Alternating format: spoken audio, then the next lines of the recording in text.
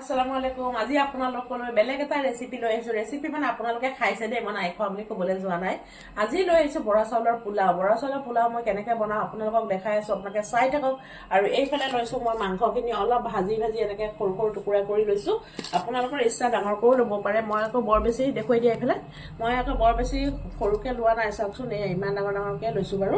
আৰু এইফালে লৈছো মই পিঁয়াজ, আৰু আপোনালোকক এইফালে দিছো ইয়াত ঘি। চাওকচোন, এয়া ঘি দিছো।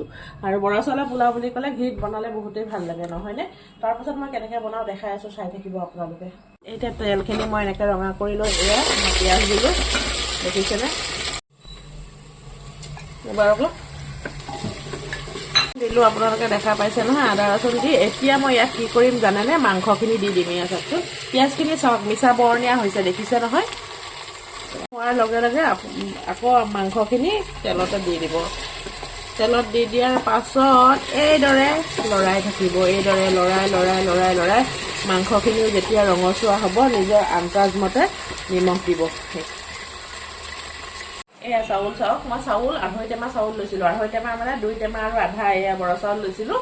লৈ পেলাই এই চাউলখিনি মই এতিয়া কি কৰিম জানেনে? যিখিনি পিঁয়াজ আৰু তেল ৰঙা হৈছিলে ঘি, এইখিনি মই চাউলখিনি দি দিলোঁ। দি পেলাই যেনেকৈ আমি পোলাও ভাজোঁ ঠিক তেনেদৰে অলপ টাইম ভাজিম। তাৰপাছত নিজৰ আন্দাজ এটা জোখ থাকে নহয়, সেই জোখমতে ইয়াত পানী দিম। তাৰ পাছততো কেনেকুৱা হয় মই আপোনালোকক দেখাই থাকিম। আপোনালোকে কোনে কোনে বৰা চাউলৰ পোলাও এইদৰে বনায় মোক জনাবচোন। আৰু বৰা চাউলৰ পোলাওত এটা কথা কি জানে? পিঁয়াজ অলপ বেছিকৈ দিব লাগে। কিন্তু মই পিঁয়াজ ইমান বেছিকৈ দিয়া নাই। ৰাতিপুৱাৰ নাস্তা বৰা চাউলৰ পোলাওত ভাজি লোৱাৰ পিছতো কেইটামান দিব লাগে। আৰু মই ইয়াত লং ইলাচি দিলোঁ, ইয়াত 2টা তেজপাত দিম।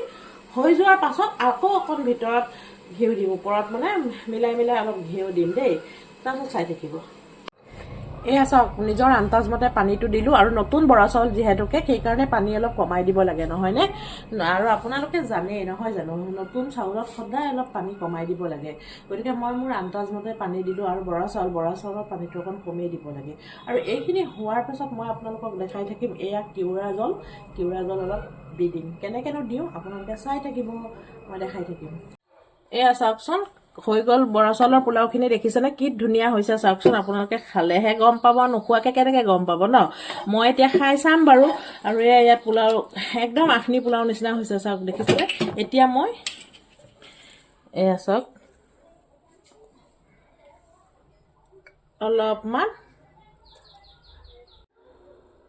কেওৰা জল অলপ দি দিলোঁ। এয়া 2 খাপৰ দিলোঁ দেই। আপোনালোকে নিজৰ আন্দাজমতে চাউল চাই দিব। আৰু এয়া মই এতিয়া ল'ৰাক আগতে টিফিন দি লওঁ। এয়াকে আজি সি টিফিন নিব কৈয়ে আছে ৰাতিৰ পৰা, মায়ে বৰা চাউলৰ পোলাও বনাব আৰু মই টিফিন নিম। এয়া চাওকচোন কি ধুনীয়া হৈছে, বাপৰে সঁচাই। টিফিন দিও বৰ ভাল লাগে দেই। আপোনালোকে ল'ৰা ছোৱালীক কেনেকৈ টিফিন দিবচোন। কালি মই আপোনালোকক মিঠা পোলাও দিলোঁ, আজি আপোনালোকক বৰা চাউলৰ পোলাও দিলোঁ। চেষ্টা কৰোঁ আকৌ কি আপোনালোকলৈ লৈ আহিব পাৰোঁ। আপোনালোকে মোৰ ভিডিঅ'বোৰ চাব, লাইক শ্বেয়াৰ কমেণ্ট কৰিব। আৰু যদি কিবা ভুল থাকে তাকো কমেণ্ট কৰি জনাব। আৰু আপোনালোকে ফলোৱাৰ্ছটো বঢ়াই দিব। Bye bye, Tata.